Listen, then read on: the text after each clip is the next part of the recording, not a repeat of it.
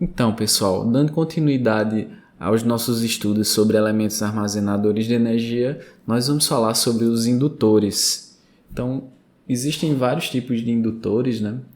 Há várias configurações aí, e é muito aplicado, muito utilizado em circuitos diversos aí de eletrônica de potência, enfim.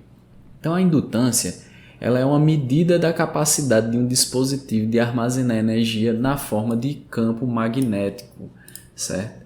E outro detalhe importante é que a corrente no indutor ela não pode variar instantaneamente, certo? Então, é o dual do que acontece com o capacitor. O capacitor ele se opõe à variação de tensão, já o indutor ele se opõe à variação de corrente, certo? Então, o que é que acontece? A tensão no indutor ela é dada por essa expressão, L dI dt. Então, significa que se você tiver uma variação de corrente no indutor, você vai ter uma tensão ali em cima dele. Então, gente, imagine que eu tenho um indutor aqui de 0,1 mH, que é a unidade de indutância, e eu tenho uma corrente com essa cara passando nesse indutor. Então, eu quero saber qual é a tensão nele para T maior que zero, sabendo que a corrente inicial é zero, a corrente inicial no indutor. Então, vamos ver como é que fica. Nós temos o seguinte, né? A gente sabe que a tensão no indutor VL é igual a L dI dt.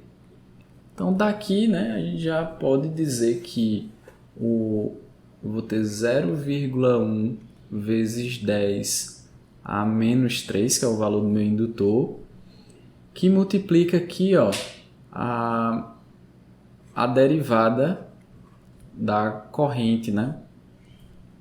20t vezes E elevado a menos 2t, certo? Então eu vou derivar aqui essa corrente.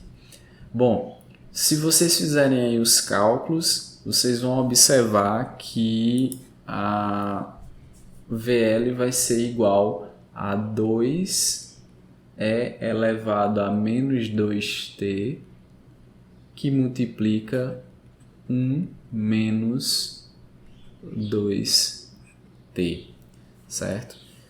Então, esse aqui é o valor da tensão em cima do indutor para essa corrente aqui, certo? Então, agora a gente vai analisar uma simulação para a gente entender graficamente o que é que acontece nesse circuito.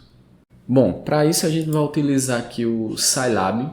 Então, o que é que a gente fez? A gente criou um laço, certo? E colocou as expressões que a gente encontrou lá para corrente e para tensão. Então, a corrente a gente viu que era essa expressão aqui e a tensão final essa expressão.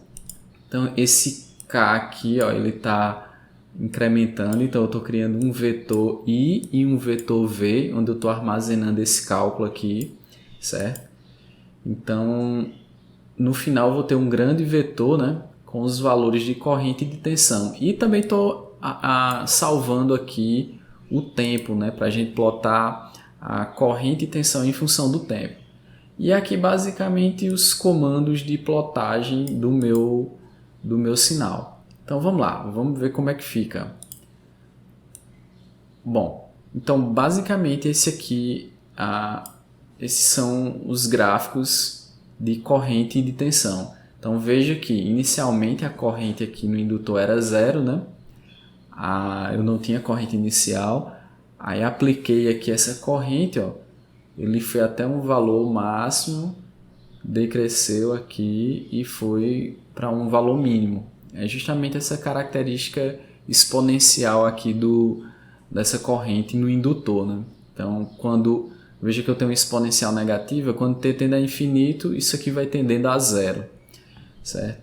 E já o indutor, a tensão nele vai ser essa expressão aqui, Se você pegar aqui para t igual a zero, a exponencial dá 1, né? Aí fica 0, dá 1 também, então dá 2. É justamente o valor inicial. Então, a tensão no indutor, ela tem essa cara aqui, esse perfil, certo?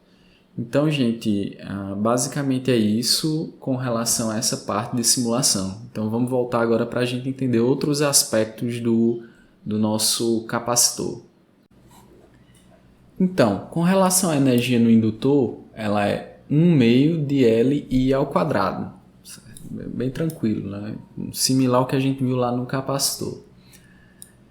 Então vamos fazer logo um exemplo aqui. Determine a potência e a energia armazenada em um indutor de 0,1 H se a corrente e a tensão for dada por essas expressões aqui, certo? Então a gente já viu, né? A gente já viu que a potência ela é tensão vezes a corrente, certo? E nós já temos as expressões. Basicamente é só fazer os cálculos. E elevado a menos 2t, que multiplica 1 menos 2t, 20t é elevado a menos 2t, certo? Então, fazendo os cálculos aqui, ó, você vai ter 40 é elevado a 40t é elevado a menos 4t 1 menos 2t. Isso aqui, gente, dado em watts. Essa aqui é a potência. Já com relação à energia, a gente vai usar aquela expressão 1 meio de Li ao quadrado. Então fica 1 meio de o valor da indutância, né? Vamos olhar aqui novamente, 0,1.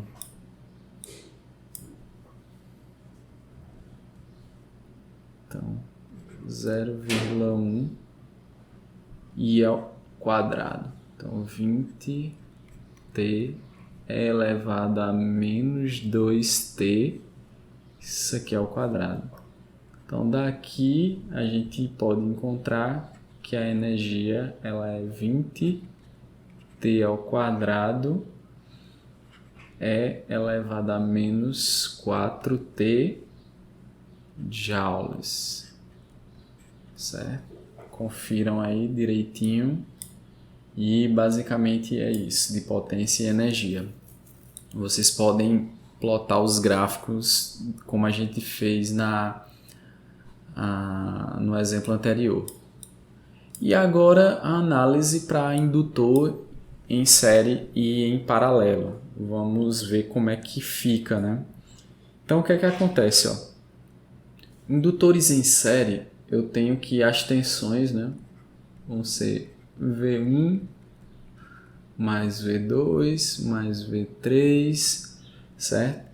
E a gente sabe que a tensão no indutor N é igual a L dI dt, certo? Então a gente já tem essas expressões aqui, a gente já compreende.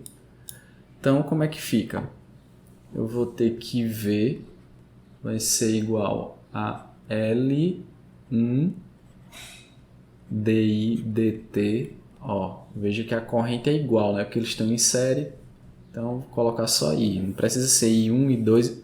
I1 é igual a I2, que é igual a I3. Então, mais L2 dI dt mais L3 dI dt.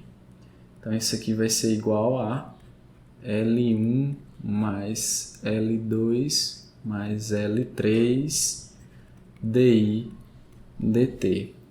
Então, isso aqui, ó, é o nosso indutor equivalente, né? Indutor, aqui no caso, indutor em série, certo?